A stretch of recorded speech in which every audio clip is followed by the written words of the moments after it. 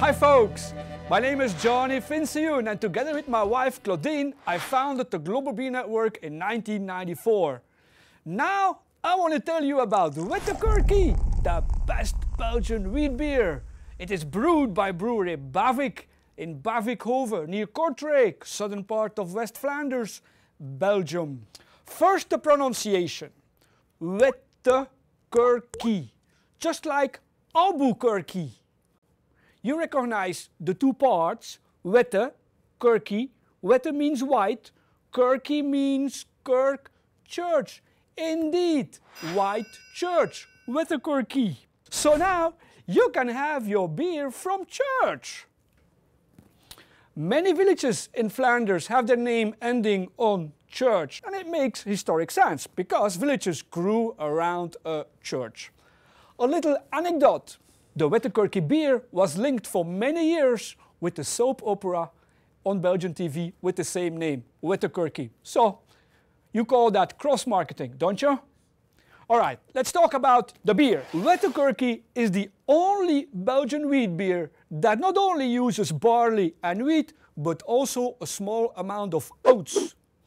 The infusion of oats gives the beer an amazing, really refreshing, lemony taste. A beautiful fruitiness that's very pleasing. Now, the second characteristic of Wittekerke is of course that it is a wheat beer. This means that 25% of the malt used is wheat. We could not use a lot more than 25% because wheat is actually a very bad grain to brew with. Wheat sticks together. If we would use 100% wheat, we would end up with bread. So, the third characteristic of Wittekerke is that the brewer did not only use hops to flavor the beer, but also spices and herbs, like orange peel and coriander seeds. The practice to use spices and herbs to flavor a beer is very, very old. It probably goes back to the first time beer was brewed, let's say 20,000–30,000 years ago. Beer recipes found by archaeologists all over the world find spices and herbs in the beer.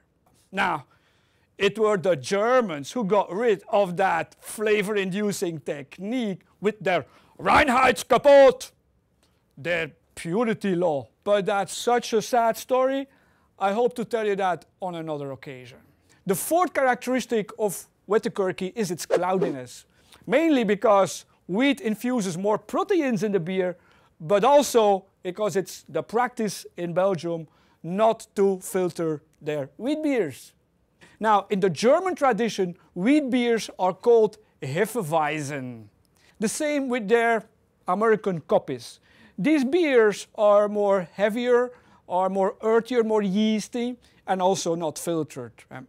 These are the four characteristics that makes Wittekerke the best Belgian wheat beer. Wheat, oats, spices and herbs, and its cloudiness.